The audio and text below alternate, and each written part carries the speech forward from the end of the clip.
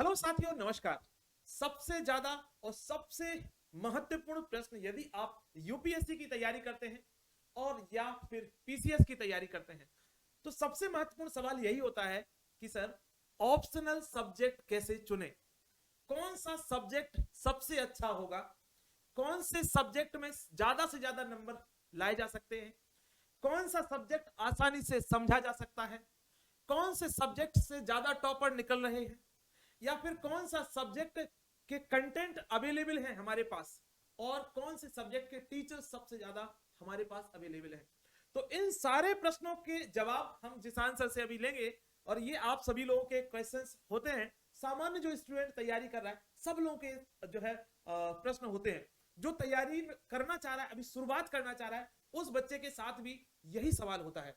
आप लोग YouTube पे बहुत सारी वीडियोस देख रहे होंगे, बहुत सारा कंटेंट डेली आप देखते हैं। सो अलग अलग कंटेंट में आपको चीजें अलग अलग बताई जाती हैं। लोग आपको कई बार भ्रमित भी करते हैं और वो चाहते हैं कि सिर्फ उनका ऑप्शनल ले लिया जाए या फिर इस तरीके की बातें होती हैं। तो हमारा कंसर्न सिर्फ इतना है कि एक आपके लिए सही गाइडेंस मिल पाए कि आप कौन सा ऑप्शनल चुनेंगे, कैसे आप ऑप्शनल को चूज कर सकते हैं। सो इसके लिए हम अब जिसान सर से बात करेंगे। जिसान सर, आप मुझे बताइए कि कैसे हैं आप। सबसे पहले तो बिल्कुल सर, जय हिंद दोस्तों। चलिए स्टार्ट करते हैं। हाँ जी सर, सर। बताइए। तो सर, मैं ये पूछना चाह रहा था कि बच्चों का जनरली ये सवाल होता है कि यूपीएससी या यूपीपीसीएस की जो तैयारी कर रहे हैं, सिविल सर्विसेज उन्हें करना है क्लियर। तो ऐसी स्थिति में कि सबसे अच्छा ऑप्शनल सब्जेक्ट कौन सा होगा, सबसे अच्छा ऑप्शनल सब्जेक्ट। सर वैसे मार्केट की बात करते हैं, मार्केट में 25 ऑप्शनल सब्जेक्ट्स अवेलेबल है। 25 ऑप्शनल मार्केट में है। मैं ये नहीं बोलूंगा कौन सा अच्छा है कौन सा बुरा है, सब बेटर है। जिसका जो स्ट्रीम है, जो अपने स्ट्रीम के हिसाब से चुनते हैं या जो अपने इंटरेस्ट के हिसाब से चुनते हैं या यूपीएससी के पैरामीटर्स को देख के चुनते हैं, वो सब चीजें हमारे पास मतलब शुरू होती है। इसका ट्रेंड इसका आसपास चेंज होता रहता है। मतलब ऐसा नहीं है कि फिक्स ट्रेंड रहता है हमारे पास। हर सब्जेक्ट का एक आता है आपके पास, क्या नाम है, जन्नत आता है और एक नादर आता है। एक बहुत ऊंचाई के समय आता है हर सब्जेक्ट का, और एक बहुत निचला समय आता है हर सब्जेक्ट का। तो ये नहीं कहेंगे कि कौन सा बुरा है कौन सा अच्छा है। तो अब सर, हमारा दूसरा सवाल आपसे है, जो कि स्टूडेंट के ही सवाल है। मैं अपने मन से कुछ नहीं पूछ रहा हूँ, स्टूडेंट ये अक्सर पूछते रहते हैं, बात करते हैं जब। तो सर, सबसे ज्यादा स्कोरिंग सब्जेक्ट कौन सा है, यदि मैं स्कोरिंग सब्जेक्ट की बात करूं तो। सर देखिए, स्कोरिंग सब्जेक्ट की बात करते हैं। स्कोरिंग सब्जेक्ट हमारे पास एक एनालिसिस होता है। जी देखिए सर। एनालिसिस में क्या होता है, जैसे हम लोग बांधते हैं। जैसे मान लीजिए अगर as a suppose as a new candidate जाता है मार्केट में, वो कहता है मुझे यूपीएससी तैयारी करनी है, ठीक है, यूपीएससी प्रिपरेशन। यूपीएससी का फर्स्ट डे से उसको ऑप्शन सेलेक्ट करने का जो बटन होता है, क्योंकि उसको उस साल एग्जाम देना है या नेक्स्ट ईयर एग्जाम देना है, तो ऑप्शनल आपके पास लाइफ चेंजिंग का टर्निंग पॉइंट होता है। जी सर। वो आपको रैंक दिलाता है अच्छी, पर उसके बाद उसको समझ नहीं आता मैं कौन सा ऑप्शन लूँ। जी ठीक है। सर।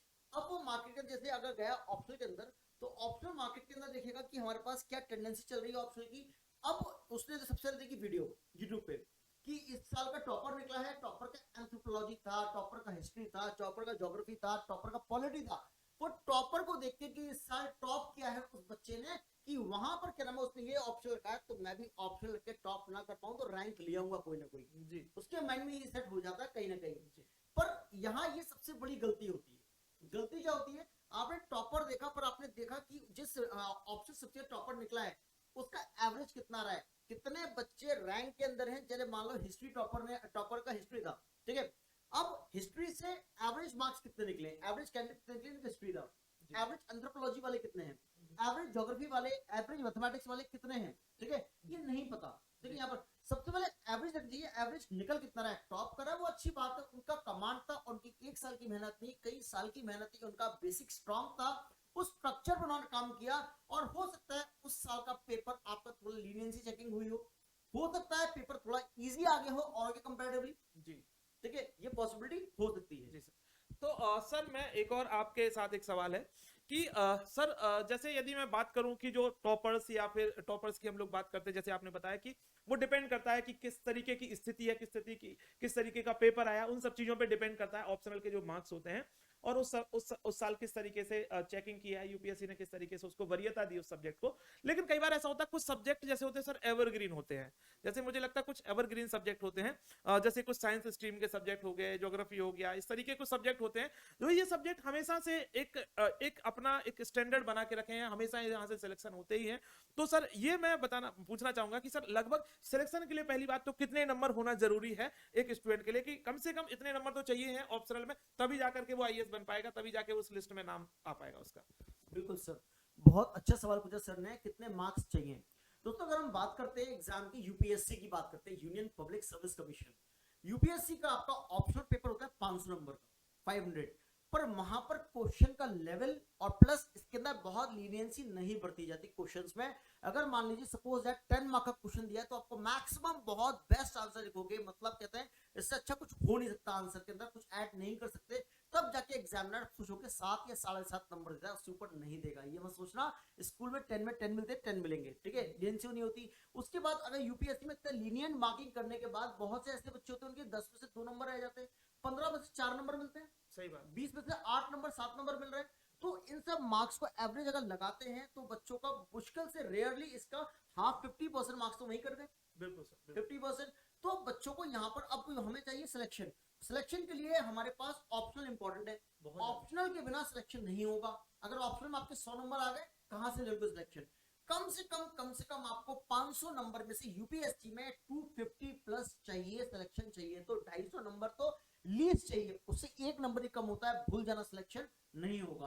अगर मैं स्टेट पीएससी की बात करता हूँ, यूपीपीएससी की, वहां 400 नंबर पेपर होता है, पर यूपीपीएससी में हमारे पास यहाँ पर ज्यादा लीनियंसी वो लोग बरतते हैं यहाँ पर, क्योंकि अभी एक्चुअली पहले पीसीएस हमारा ऑब्जेक्टिव टाइप का था, सब्जेक्टिव 2018 से हुआ है पीसीएस के यूपी का, ऑप्शनल सर पहले से था, लेकिन वो ऑप्शनल में मार्क्स जो है मार्क्स ठीक देते हैं वो लोग, हाँ, वहां पर क्या नाम है, मतलब आपके समझ लीजिए आपके 280 मार्क्स अगर 400 में से आते हैं तब जाके आपको एसडीएम वाली पोस्ट मिलेगी, 280 290 मार्क्स अगर आप स्कोर कर पाते हैं, प्रोवाइडेड कि जीएस में भी अच्छे नंबर हों, फिर उसके बाद हाँ। उसके बाद हम बात करते हैं कि हमारे पास प्री मेंस का बहुत, मतलब प्री का तो रोल नहीं, मेंस का बहुत बड़ा रोल रहता है, प्लस मेंस के बाद अगर हम ओवरलैपिंग अगर देखते हैं इसके अंदर, तो यूपीएससी के अंदर हमारे पास, तो मैं समझता हूं कि अगर मान लीजिए अगर बच्चे के 300 प्लस आ रहे हैं ऑप्शनल के अंदर, तो बच्चा टॉप रैंकर लिस्ट में कहीं ना कहीं नाम अपना अचीव करेगा, टॉप 100 में नाम देख सकता है। अगर 300 प्लस इसके ऑप्शनल के अंदर है यूपीएससी में, और स्टेट पीएससी में कम से कम 280 प्लस होना चाहिए, तब जाके बच्चा सेटिस्फाइड हुआ कि हाँ मेरा नाम यहाँ पर जिसलिए मैंने मेहनत की थी इस मोटिव के लिए, वो मोटिव आज अचीव हुआ। सर अब मेरा एक सवाल आपसे, एक रिक्वेस्ट है कि जैसे बच्चे कई बार पूछते हैं, फोन भी करते हैं, मैसेज भी करते हैं, सर ऑप्शनल को कैसे चुने, तो सर का नंबर मैंने यहाँ पे आप लोगों के लिए लिखा है। यदि आप लोग चाह रहे हैं, है ना, आप लोग यदि चाह रहे हैं कि आप सर से डायरेक्ट बात कर पाए कि कैसे ऑप्शनल को चुनना है, या आप मुझसे बात करना चाह रहे हैं, तो इन दोनों नंबर में से किसी भी नंबर पे आप कॉल कर लेंगे, आपको पता चल जाएगा कि कैसे ऑप्शनल चुनना है। बिल्कुल यदि आप बिगिनर हैं, शुरुआत कर रहे हैं, अभी आपने कुछ नहीं किया है, नंबर आप लिख लो, नंबर फिर से यहाँ पे सर एक बार अपना नंबर लिख दीजिए प्लीज, सो दैट कि बच्चे जो है वो आपसे कांटेक्ट कर पाए, क्योंकि कई बार बच्चों का ये कंसर्न होता है कि सर जो है मुझे सर से डायरेक्ट बात करनी है, ये बातें आप जो बोल रहे हैं वो तो ठीक है, मैं सर से बात करना चाह रहा हूँ। एक मिनट सर, मैं कलर चेंज कर देता हूँ इसका, ठीक है सर जी। तो सर का नंबर आप लोग लिख सकते हैं यहाँ पे 9120989192। सो ये नंबर है, और यहाँ के साथ साथ में मैं अपना नंबर भी लिख देता हूँ जी। मैं बता देता हूँ, जी। ये एक्चुअली मेरा व्हाट्सएप नंबर है, ठीक है, आप मेरे को व्हाट्सएप कर दीजिए, क्योंकि मेरा बिजी शेड्यूल के कारण सुबह 7 बजे से क्लासेस होती हैं, रात तक 9-10 तक क्लास चलती है, इसके बीच में जब भी गैप मिलेगा, बैचेस फ्लक्चुएटिंग होते हैं आगे पीछे, तो मैं आपको कॉन्टैक्ट कर लूंगा, आप मेरे को एक मैसेज ड्रॉप कर दीजिए व्हाट्सएप पे, ठीक है, ये मेरा व्हाट्सएप। अपनी थोड़ी सी ना इंक्वायरी जरूर बता दिया करो कि नाम और सर मैं ऑप्शनल के बारे में जानना चाह रहा हूँ, तो यहाँ पे ये व्हाट्सएप नंबर है सर का, और इस पे आप लोग व्हाट्सएप करके ऑप्शनल की सारी डिटेल जान सकते हो। एक और नंबर आपके लिए मैं आपको दे रहा हूँ, यदि इन केस यदि नहीं कांटेक्ट हो पाता है, आप इस नंबर पे भी आप कांटेक्ट कर सकते हो, इस नंबर पे आप व्हाट्सएप कर सकते हो, और इस पे भी आप मैसेज कर सकते हो, कॉल भी कर सकते हो, है ना। कोशिश कीजिए कि ऐसा ना हो कि पता चला रात में 3 बजे रात को फोन कर रहे हो, तो ऐसा थोड़ा सा अजीब हो जाता है, लेकिन बाकी नॉर्मल समय पे आप कॉल करेंगे तो आपकी कॉल को रिसीव किया जाएगा और आपकी पूरी हेल्प और पूरी सहायता की जाएगी ऑप्शनल को लेके। सर मेरा अगला सवाल आपसे है ऑप्शनल के संदर्भ में कि ये हमारी बात हुई कि सर स्कोर कितना होना चाहिए, क्या ध्यान रखना है। लेकिन फिर भी एक सवाल अभी भी हमारे मन में बसता है और बच्चों के मन में ही रहता है कि सर जब बच्चा ऑप्शनल चुनने जाता है वो सोचता है कि मैं कैसे ऑप्शनल को चुनूं, तो उन्हें किन किन बातों का ध्यान रखना है। मतलब क्योंकि सर मार्केट में बहुत सारे टीचर्स हैं, बहुत सारे लोग हैं, यूट्यूब पे 2-2 मिनट की वीडियो लोग जो है बना करके वो कोई ऑप्शनल भेज देते हैं, कुछ कर देते हैं। तो मैं ये चाहता हूं कि सर एक बच्चों के पास एक राइट पाथ मिल पाए, वो पैरामीटर्स मिल पाए कि जिसके आधार पे हम कह सकें कि ये ऑप्शनल आप ले सकते हैं, है ना। तो बच्चों के साथ क्या होना चाहिए सर? ये वाला बड़ा गंभीर सवाल सर ने पूछा यहाँ पर। आप थोड़ा सा मैं इस पे डिस्क्रिप्शन देना चाहूंगा आप लोगों को इसके बारे में। एक सेकेंड, मैं इसमें थोड़ा सा डिस्क्राइब करूंगा आपको इसके बारे में। देखिए दोस्तों, अगर जब भी आप ऑप्शन चूज करें, ठीक है, हमारे पास कंडीशन आती है how to choose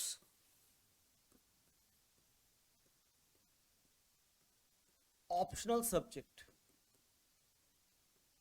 optional for UPSC और यूपीपीएससी। ठीक है, यहां पर ये क्वेश्चन आ गया हमारे पास, हम यूपीएससी स्टेट पीएससी में ऑप्शन कैसे चुने। सबसे पहली बात दोस्तों देखो, ऑप्शन तो अलग चीज है आपके पास, यूपीएससी में 500 नंबर का होता है और स्टेट पीएससी में हमारा होता है 400 नंबर का। ठीक है, यहां पर अब उसके अंदर सबसे पहले ये देख लेना, अगर आप जो ऑप्शनल पढ़ रहे हो क्या वो ऑप्शनल आपके जीएस वाले पेपर में हेल्प करता है या नहीं करता। मीन्स बात करते हैं यहां पर, हमारे पास ये आपकी जीएस में हेल्प करना चाहिए। जीएस में हेल्प करेगा तो उसका मतलब आप जो भी ऑप्शनल की तैयारी कर रहे हो, आपकी 40 से 50% तैयारी ऑप्शनल की जीएस वाला पेपर को कवर कर रहा है।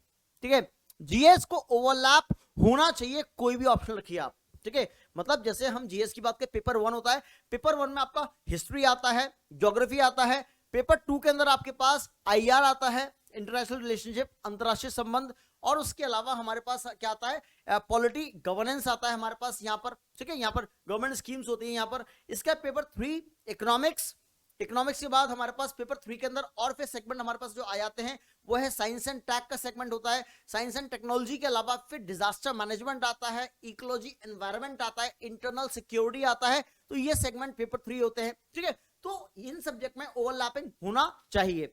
दूसरी कंडीशन, जो भी आप ऑप्शनल रखें तो वो ऑप्शन आपके पास इजी टू अंडरस्टूड हो, इजी टू अंडरस्टूड मतलब आसानी से समझने लायक सब्जेक्ट हो। अब दोस्तों आसानी देखो, दुनिया में कोई भी विषय ऐसा नहीं है आसान हो। छोटा छोटा सब्जेक्ट उठा लो, उसमें डेप्थ में जाओगे, इतनी डेप्थ होती है जीवन गुजर जाएगा, सब्जेक्ट पूरा नहीं होगा। अब इजी टू अंडरस्टैंड का मतलब क्या होता है, जो आसान हो समझने में। इसके 2 पैरामीटर्स मैं निकालता हूं। एक तो चक्कर क्या है, मार्केट में आपके पास अच्छे रिसोर्सेज हो, आसान भाषा में ऐसा हो कि आपको समझ में आ जाए, रिसोर्सेज के द्वारा, किताबों के द्वारा आसानी से समझ में आ जाए। या फिर आपके पास कोई ऐसा एजुकेटर हो, कोई ऐसा फैकल्टी हो जो आपको मुश्किल चीजों को भी आसान बना के समझा दे, with diagram, with graph, with flow charts, जो आपके दिमाग में एकदम सेट हो जाए चीजें कि हाँ मुझे यही ऑप्शन चूज करना है, मैं क्लियर हूं माइंड से, मुझे करना क्या है। पहले क्लैरिटी जरूरी है, आगे का विजन बाद में। अगर आपको आज क्लैरिटी नहीं मिलेगी तो आगे 1 साल बाद आपका जो एग्जाम होने वाला है उसका विजन कैसे देख पाओगे आप। आपको क्या करना, मैं ये नहीं कहता दिव्य दृष्टि होनी चाहिए यहाँ पर दूर की दृष्टि हमारी होनी जरूरी है। देखिए दोस्तों, अब तीसरी कंडीशन हमारे पास, मार्केट में हमारे पास रिसोर्सेज अवेलेबल होना चाहिए। जो भी ऑप्शनल आप लें, मार्केट में आपके पास रिसोर्सेज अवेलेबल होना चाहिए जहां से आप पढ़ते हैं। देखा जाता है हमारे पास बहुत सी चीजें, हिंदी मीडियम वाले बच्चों का सिलेक्शन थोड़ा कम, इंग्लिश में ज्यादा। ये क्यों होता है? इसका रीजन होता है lack of resources in Hindi medium. Hindi माध्यम वाले बच्चों के लिए मार्केट में रिसोर्सेज कम है, इसी वजह से बच्चे वहां लैक कर जाते हैं। तो दोस्तों इन 3 चीजों को हमेशा माइंड में सेट करना। अगर आप ऑप्शनल तैयार कर रहे हो, किसी भी सब्जेक्ट का आप तैयार कर रहे हो, वो आपका जीएस ओवरलैप कर रहा है, आपको डबल बेनिफिट है। आप हो सकता है उस सेगमेंट को जीएस में छोड़कर जाओ, ठीक है, क्योंकि वो आपने पढ़ लिया है ऑप्शनल के अंदर और डेप्थ में पढ़ा है। एक टॉपिक जीएस वाला पढ़ के गया और एक ऑप्शनल वाला पढ़ के गया, जब आंसर दोनों लिखेंगे दोस्तों, दोनों के आंसर में फर्क होगा। जीएस वाला अपना नॉर्मल लेवल से आंसर लिखेगा, वही क्वेश्चन का आंसर अगर ऑप्शनल वाला देगा तो उसको बहुत एलाबोरेटली बताएगा। यहां पर बहुत ही ज्यादा कहते हैं बाल की खाल निकालना, मतलब वो वाली कंडीशन। तो एग्जामिनर का मतलब ये नहीं आपने बेस्ट लिखा, आपको मालूम है सर ने बताया 10 में 7 मिलेंगे, मैंने 7 नंबर का आंसर लिख दिया, आपको पता है, आप क्लियर हो अपने विजन पे। पर हो सकता है जब एग्जामिनर पे कॉपी गई तो आपसे बेटर, आपसे बेस्ट आंसर किसी और ने लिख दिया, तो 7 उसको मिलेंगे, आपको 6 मिलेंगे या 6.5 मिलेंगे, बेस्ट आंसर लिखने के बाद भी वो कंपैरिजन हो जाता है फौरन। उसके बाद एग्जामिनर के हाथ में कॉपी जाती है, जब रोल नंबर देखते कहता है हाँ यही बच्चा है, इसी की मुझे तलाश थी, बस ये लिखा है बेस्ट आंसर। कभी हम लोग कॉपी चेक करते हैं तो हमारे सामने भी ये चीज होती है, बहुत सारी कॉपीज आती है चेक होने के लिए, तो उस कॉपी को देखें। आज सुबह मैंने किसी बच्चे को एक कमेंट दिया है, उमेश टैगोर करके लगा है, उसने बैच में था, तो मतलब उसने आंसर लिखा है, मैंने बोला मैंने कि यार मतलब काफी अच्छा लिखा है, पर कुछ चेंजेस की रिक्वायरमेंट अभी भी है, पर लिखा बढ़िया है सिस्टमैटिकली सब चीजें, ठीक है। हाँ सर। सर तो अब मेरा एक सवाल है, बहुत जो है एक सब्जेक्ट के लिए बहुत ज्यादा चर्चा होती है ज्योग्राफी की, है ना। सो ज्योग्राफी सब्जेक्ट जैसे जैसे मैंने सर बीटेक किया तो सबसे पहले मुझे ये लगता था कि मैं ज्योग्राफी सब्जेक्ट ले सकता हूँ, लेकिन क्या हुआ कि मार्केट में वही बात होती है कि गाइडेंस कैसी है, वो गाइडेंस हमारे पास नहीं थी, शायद मुझे लग रहा है आपके पास भी उस समय पे नहीं रही होगी, तो वो गाइडेंस का एक अभाव रहता है कि हम सही सब्जेक्ट पे नहीं पहुंच पाते। तो खैर सर मेरा कंसर्न ये है कि सर जैसे ज्योग्राफी एक ऑप्शनल है, खासतौर पे टेक्निकल स्टूडेंट है जो टेक्निकल बैकग्राउंड से आते हैं, उनके लिए तो ज्योग्राफी मुझे लगता है बहुत अच्छा ही ऑप्शनल रहता है। तो मैं ये पूछना चाह रहा था सर आपसे कि यदि मैं ज्योग्राफी ऑप्शनल की बात करूं तो किस तरीके से ये इन सारे पैरामीटर्स पे ये खरे उतरता है? क्या ये जो है, जो आपने बोला कि ज्योग्राफी का जीएस में कवरेज होना चाहिए या किसी भी ऑप्शनल का, तो क्या ज्योग्राफी का जीएस में कवरेज होता है? क्या वो इजी टू अंडरस्टैंड है? क्या सर इसके रिसोर्सेज मार्केट में अवेलेबल हैं? रही बात टीचर्स की तो मैं कह सकता हूं कि हाँ जिस आंसर है, तो टीचर्स की तो दिक्कत नहीं है, बाकी और सवालों के सर आप जवाब जरूर हमें दीजिए, क्या ज्योग्राफी इन सारे पैरामीटर्स पे खरे उतरता है कि नहीं? बिल्कुल सर, सर ने क्वेश्चन पूछा है यहाँ पर कि क्या ज्योग्राफी इन सब चीजों में खरा उतरेगा या नहीं उतरेगा। सर मैं जवाब देना चाहूंगा बिल्कुल उतरेगा खरा, और अच्छी तरह उतरेगा। क्यों उतरेगा? रीजन बीइंग, हम बात करते हैं कि ज्योग्राफी की, ठीक है, अगर ज्योग्राफी के अंदर मार्केट के अंदर बात करते हैं, जीएस के अंदर क्या ओवरलैपिंग करता है?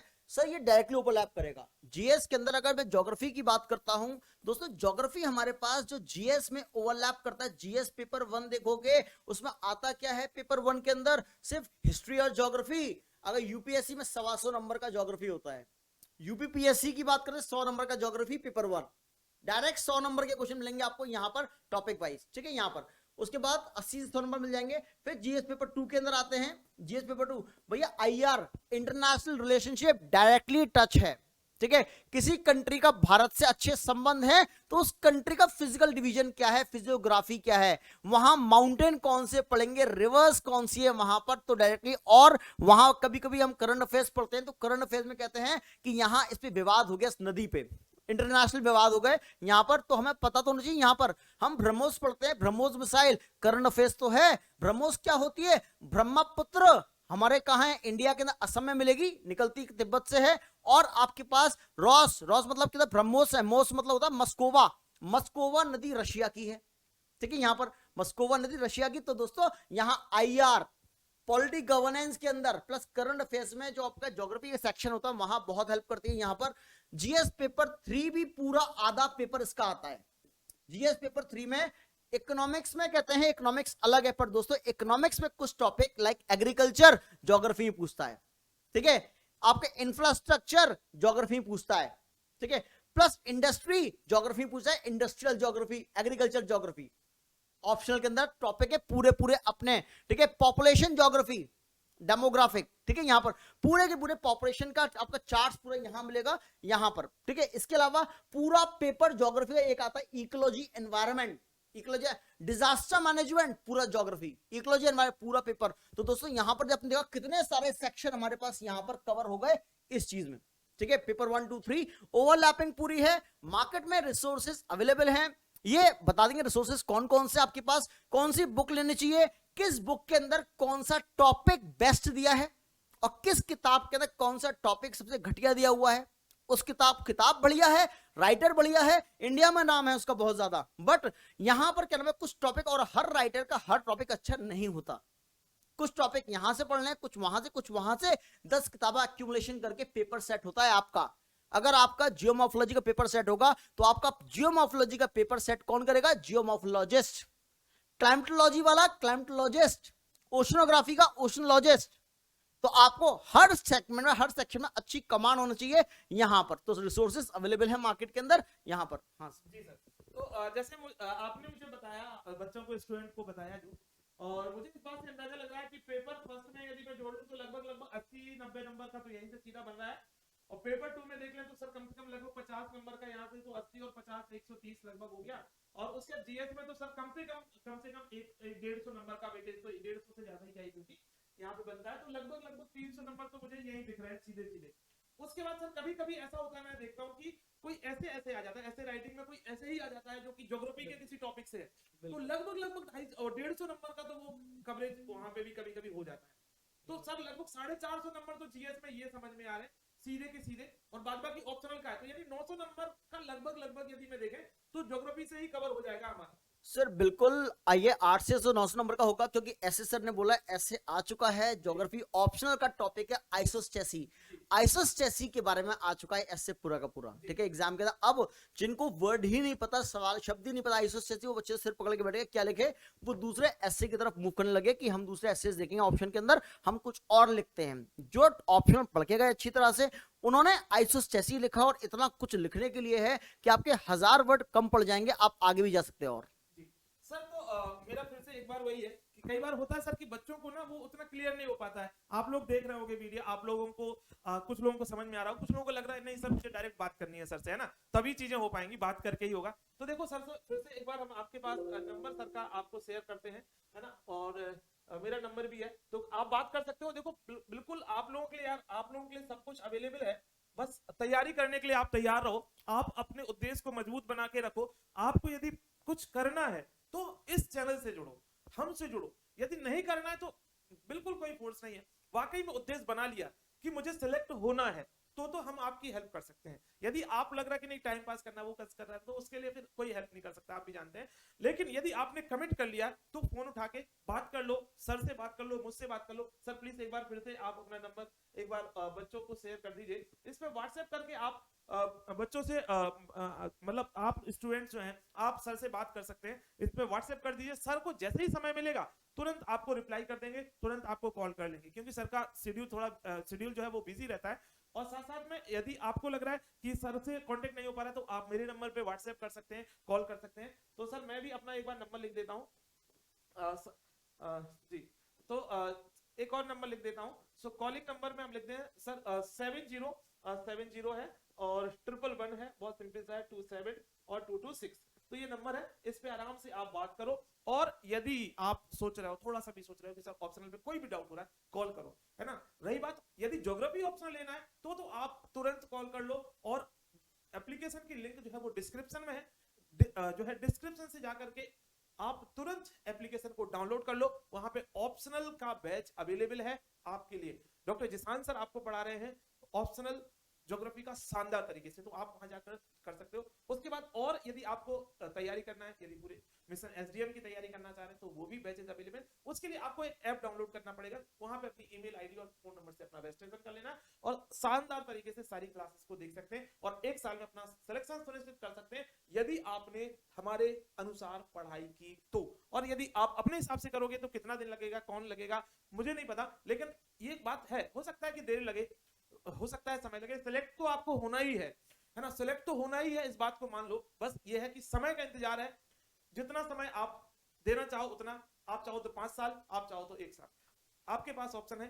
जुड़ो जल्दी से हमसे, और सभी लोग, कोई भी डाउट होता है सर के साथ, सर भी आप देखिए दोस्तों, अगर बात करते हैं, बेसिकली ये होता है कि ऑनलाइन में बच्चे का टीचर का इंटरेक्शन नहीं हो पाता, ठीक है। ये बहुत कॉमन सी बात देखने को मिली है मार्केट के अंदर, जब से कोरोना काल आया है, ऑनलाइन चीजें आ गई हैं यहाँ पर।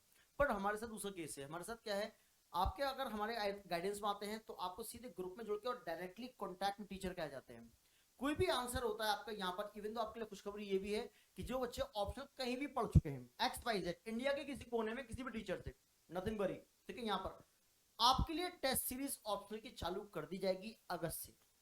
अगस्त से आपको ऑप्शनल की टेस्ट सीरीज मिल जाएगी, किसकी, ज्योग्राफी ऑप्शनल की। अपनी क्वालिटी को जज करें कि आपने जहां पढ़ा, कितना कर पा रहे हो, क्वेश्चन कभी वो देखा है या नहीं देखा है, पहली बार देख रहे हैं, उसका सॉल्यूशन भी हम देंगे यहाँ पर आपको आंसर राइटिंग के अंदर, ठीक है। आपको बताएंगे कि हमारा आंसर राइटिंग क्या होगा, ठीक है दोस्तों। ऐसी अधिक जानकारी के लिए संपर्क करें हमसे। यहाँ पर एग्जाम दृष्टि ऐप से जुड़े रहिए। तब तक के लिए जय हिंद, जय भारत।